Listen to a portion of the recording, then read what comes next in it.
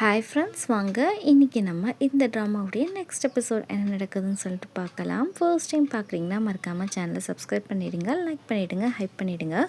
இப்போ நம்ம ஹீரோவுடைய அவங்க ஆன்ட்டி வந்து நம்ம ஹீரோயினை பார்க்குறதுக்காக வராங்க. அவங்க சொல்கிறாங்க, நீ என் பையனை லவ் பண்ணுறன்றது எனக்கு நல்லாவே தெரியுமா, ஏன்னா அவனும் உன்னை லவ் பண்ணுறான்.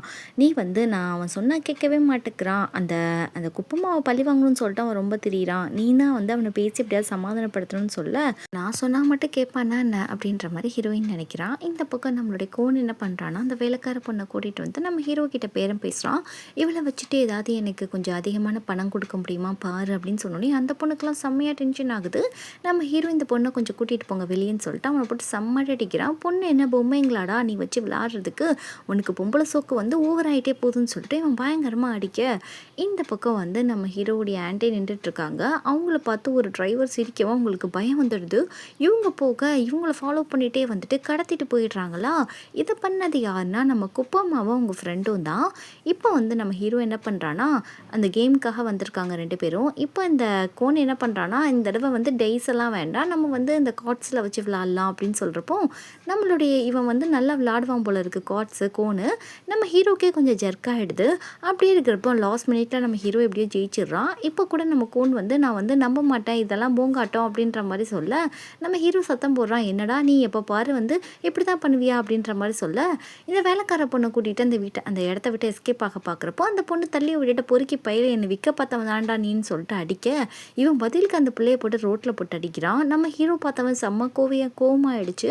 இந்த பொண்ணை கூட்டிகிட்டு போங்கன்னு சொல்லிட்டு கோனை போட்டு பயங்கரமாக அடிக்கிறான். இன்னொரு தடவை பொண்ணுங்கள்ட்ட சின்மிஷம் பண்ணால் அவன் கதையை முடிச்சிடுவான்னு சொல்லிட்டு இங்கே அந்த பொண்ணு கிட்ட கேட்டுட்ருக்கான். அந்த வேலைக்கார பொண்ணு கிட்ட, யாரும்மா நீ, எதுக்காகம்மா அவங்க கூட சுற்றிட்டு இருக்குன்னு கேட்டால், இல்லை நான் என் பெரியம்மாவோட தான் நான் இருக்கேன், எங்கள் பெரியம்மா உங்கள் வீட்டில் வேலை செய்கிறாங்க அப்படின்ற மாதிரி இவ சொல்ல, எனக்கு யாருமே இல்லை, போக போக்கடன்லன்னு சொல்கிறப்போ இவனுக்கு கொஞ்சம் டச்சிங்காக இருக்குது, இவனோட ஸ்டோரி மாதிரியே இருக்கேன்னு சொல்லிட்டு, சரிம்மா உனக்கு இந்த இந்த கிளப்லேயே நான் உனக்கு ஒரு வேலை போட்டு தரேன்ற மாதிரி சொல்லிடுறான் நம்ம ஹீரோவுடைய ஆன்ட்டிக்கு ஏதோ அடிபட்டுருக்குன்னு அவனுக்கு தெரிஞ்சிருச்சு. ஹாஸ்பிட்டல் வந்து சத்தம் போட்டுட்ருக்கான். தங்கச்சிக்காரி சொல்கிறா, இந்த மாதிரி கோவிலுக்கு போனப்போ அம்மாவை யாரோ கடத்தி கொண்டு போய் வச்சு பயங்கரமாக அடித்து பொழந்துட்டாங்கன்ற மாதிரி சொல்ல, இவனுக்கு கோவம் வருது, எனக்கு தெரியும் இதெல்லாம் அந்த குப்பமாக தான் பண்ணியிருப்பா அப்படின்னு இவன் ரொம்ப வேகமாக கிளம்ப, இங்கே வந்து ஆன்ட்டியோடைய அந்த ஃப்ரெண்டு வந்து பேசுகிறாப்புல, வேண்டாம்ப்பா ஆதாரம் எதுவுமே இல்லை, அவங்கள போய் நீ எதுவும் பண்ணாத அப்படின்ற மாதிரி சொல்கிறாரு.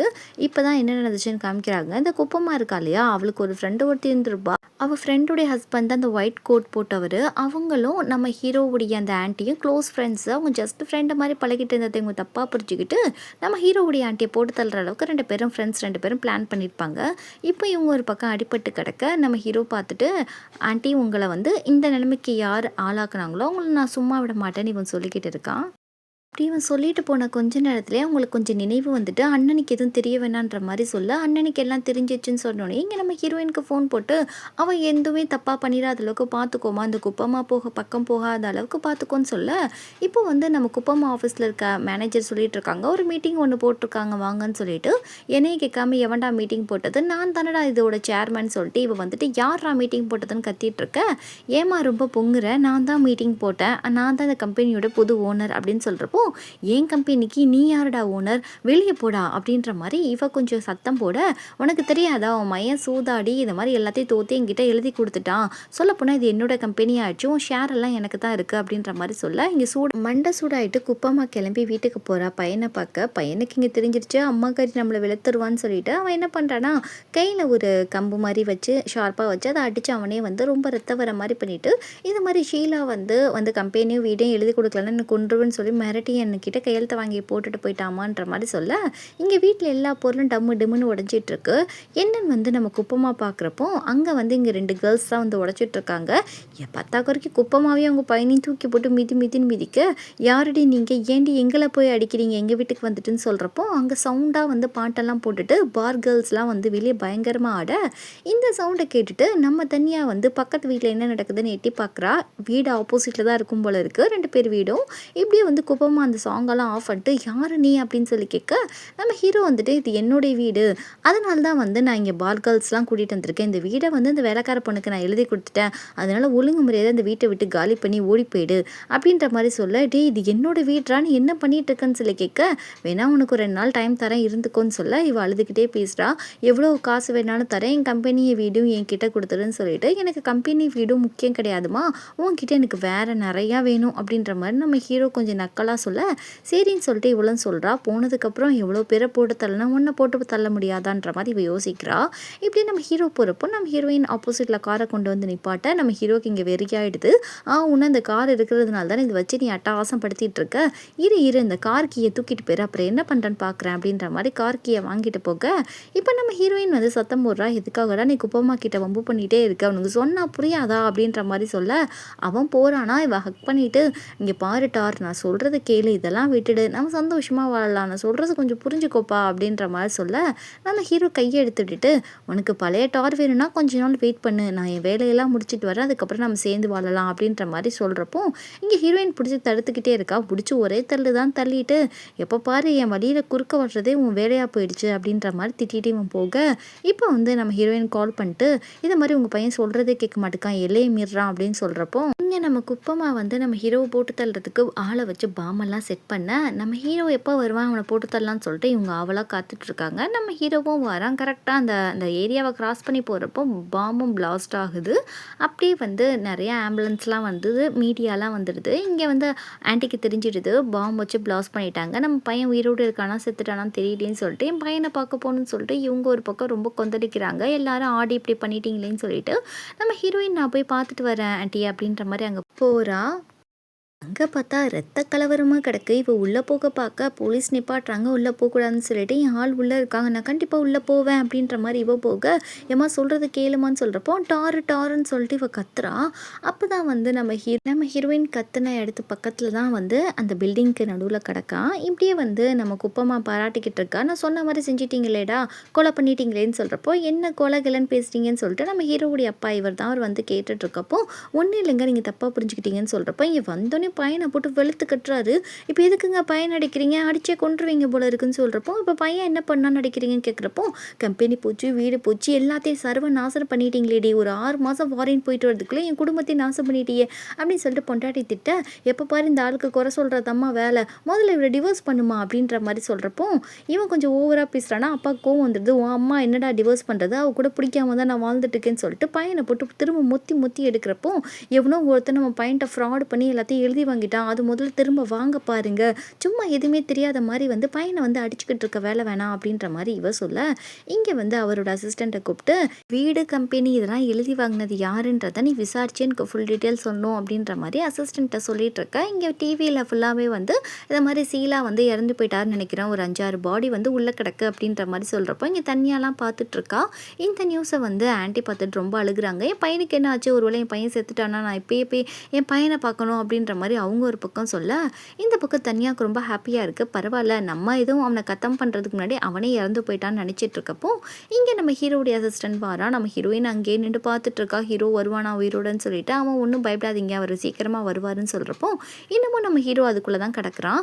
இப்படியே வந்து நம்மளுடைய குப்பமாக்கு நியூஸ் வருது, சீலா செத்து போயிட்டான், செதஞ்ச மூஞ்சியோட ஒரு பாடி வந்திருக்குன்னு சொல்கிறப்போ அவனாக இருக்க மாட்டான், எனக்கு டவுட்டாக இருக்குது, கன்ஃபார்ம் பண்ணோம் அப்படின்ற மாதிரி சொல்ல, யார் இவளுங்க கொண்டாளுங்கன்னு சொல்லிட்டு அந்த சீலா பேரை போட்டு ஆன்லைனில் அடித்து பார்த்தா இவங்க என்ன மீராவுடைய அக்கா மாதிரியே இருக்காங்களேன்ற மாதிரி இவருக்கு டவுட்டாக இருக்குது. ஏன்னா வந்து நம்ம ஹீரோவுடைய அம்மா தானே இவருக்கு செகண்ட் ஒய்ஃபு, அதனால் இவருக்கு கொஞ்சம் டவுட் வருது. இவங்க இந்த பக்கம் வந்து நம்ம ஹீரோ கிடச்சிட்டான்ற மாதிரி சொல்ல, உடனே இந்த அம்மா லாயரை கூப்பிட்டு சொத்தெல்லாம் என் பையன் பேருக்கு எழுதணும், அவனை தலைமறைவாக வச்சுக்கோங்கன்ற மாதிரி சொல்லிட்டு இருக்கப்போ கரெக்டாக ஹீரோவுடைய அப்பா வராங்க. இவங்களுக்கு தெரியுது ஹீரோவுடைய அப்பான்றது, இருந்தாலும் தெரியாத மாதிரி பேச, நீங்கள் மீராவுடைய அக்கா தானே சொல்லி கேட்க, இப்போ ஆமாம் இப்போ அதுக்கு என்னன்னு சொல்கிறப்போ, அப்படின்னா ஷீலா வந்து என்னுடைய பையன்தான் டாரா அப்படின்ற மாதிரி கேட்க, இல்லை அவன் கிடையாது, அவன் என்னுடைய பையன் அப்படின்னு சொல்கிறப்போ, எனக்கு தெரியும் உங்களுக்கு கல்யாணமே ஆகலைன்னு சொல்லிட்டு நீங்கள் ஒரு பொண்ணை கூட தத்தெடுத்து தான் வளர்த்துட்டு இருக்கீங்க அப்படின்ற மாதிரி கேட்குறப்போ, ஆமாம் இந்த பையனும் நான் தத்தெடுத்து தான் வளர்த்தேன் அப்படின்னு சொல்கிறா இவ.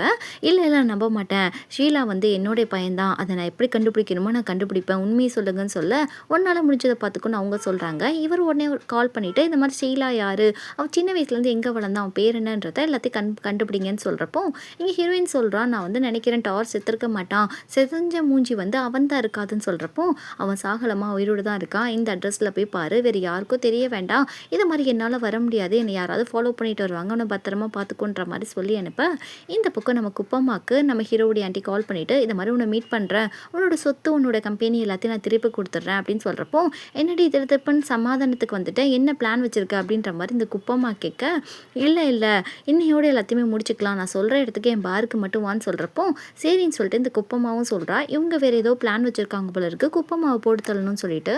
இந்த பக்கம் நம்ம ஹீரோவை பார்க்க வரா, அவனை ஏதோ ஒரு வீட்டுக்குள்ளே ஒரு லைப்ரரிக்கு உள்ளே வச்சுருக்காங்க ஒரு ரூம்குள்ளக்க. இப்படியே நம்ம ஹீரோயின் வந்து நீ உயிரோடு தான் இருக்கேன்னு சொல்லி பார்க்க, நம்ம ஹீரோயினை பார்க்குறான், அழுகிறதுனால அவளோட கண்ணீரெல்லாம் துடைச்சி விட்டு ஒன்றும் பயப்படாத, நான் நல்லா தான் இருக்கேன் அப்படின்னு சொல்கிறப்போ, இங்கே வந்து குப்பமாக்கு ஹெவி செக்கிங்காக இருக்குது, உள்ளக்கு கன்னு எடுத்துகிட்டு போயிடக்கூடாதுன்னு சொல்லிட்டு இங்கே நம்ம ஹீரோவுடைய ஆண்டி என்ன பண்ணுறாங்கன்னா, ஒரு ஃபோன் எடுத்து ஒரு வீடியோ ரெக்கார்டர், ஆடியோ ரெக்கார்டர் இப்படின்ற மாதிரி போட்டு வச்சுக்கிறாங்க அவங்க ஹேண்ட்பேக்கில். இவகிட்ட சில உண்மைகளெல்லாம் வாங்கணும்னு சொல்லிட்டு அவள் வந்தோடனே என் கம்பெனியை கூட என் வீட்டு பத்திரத்தை கூட நான் கிளம்புறேன்னு சொல்ல, என்னம்மா வந்தோடனே கிளம்புறேன்னு சொன்னால் உன்னை விட்டுருவானா என்ன அப்படின்ற மாதிரி கேட்க, சரி உனக்கு வேறு என்ன தெரியணும், உன்னை யார் வந்து அடித்தாங்கன்னு தெரியணும், கண்ணு முன்னாடி தான் மிதின்னு மிதிச்சேனே, அதுக்கு மேலே உனக்கு வேறு என்ன தெரியணும் அப்படின்னு சொல்லி கேட்க, அதுக்கப்புறம் ஏன்டி என்னோட தங்கச்சி பையனை தண்ணியில் தள்ளி விட்டு கொண்ட அப்படின்ற மாதிரி கேட்க, இவளுக்கு கொஞ்சம் ஷாக்காக இருக்குது.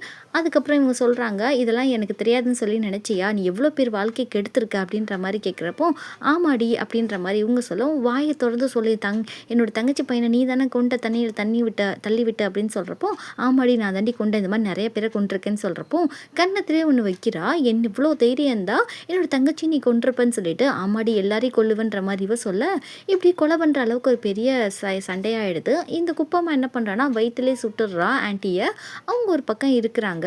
இப்படியே வந்து அவள் கிளம்புறப்ப ஆன்ட்டியும் துப்பாக்கி வச்சுருப்பாங்க போல இருக்குது, அதை எடுத்து குப்பம்மாவை கையிலே சுட்டுற. இப்படியே அங்கே மிகப்பெரிய ஒரு ஃபைட்டே நடக்குது. இப்படியே வந்து ஃபைனலி நம்ம குப்பம்மா வந்து நம்ம ஆன்ட்டி காலிலே சுட்டுட்டு, இந்த இடத்தையே தீய வச்சு கொளுத்திடுங்கடா, இவ்வளோ சாகட்டும் அப்படின்ற மாதிரி சொல்லிட்டு போக, இப்போ இவங்களுக்கு என்ன செய்கிறதுனே தெரியல, சுற்றி ஃபுல்லாக கொளுத்தி விட்டுட்டாங்க. இப்படியே வந்து ஆன்ட்டி என்ன பண்ணியிருப்பாங்கன்னா, ஹீரோயின் கிட்ட ஒரு லெட்டர் வந்து கொடுத்து விட்ருப்பாங்க, என் பையன்கிட்ட போய் கொடுத்துருன்னு.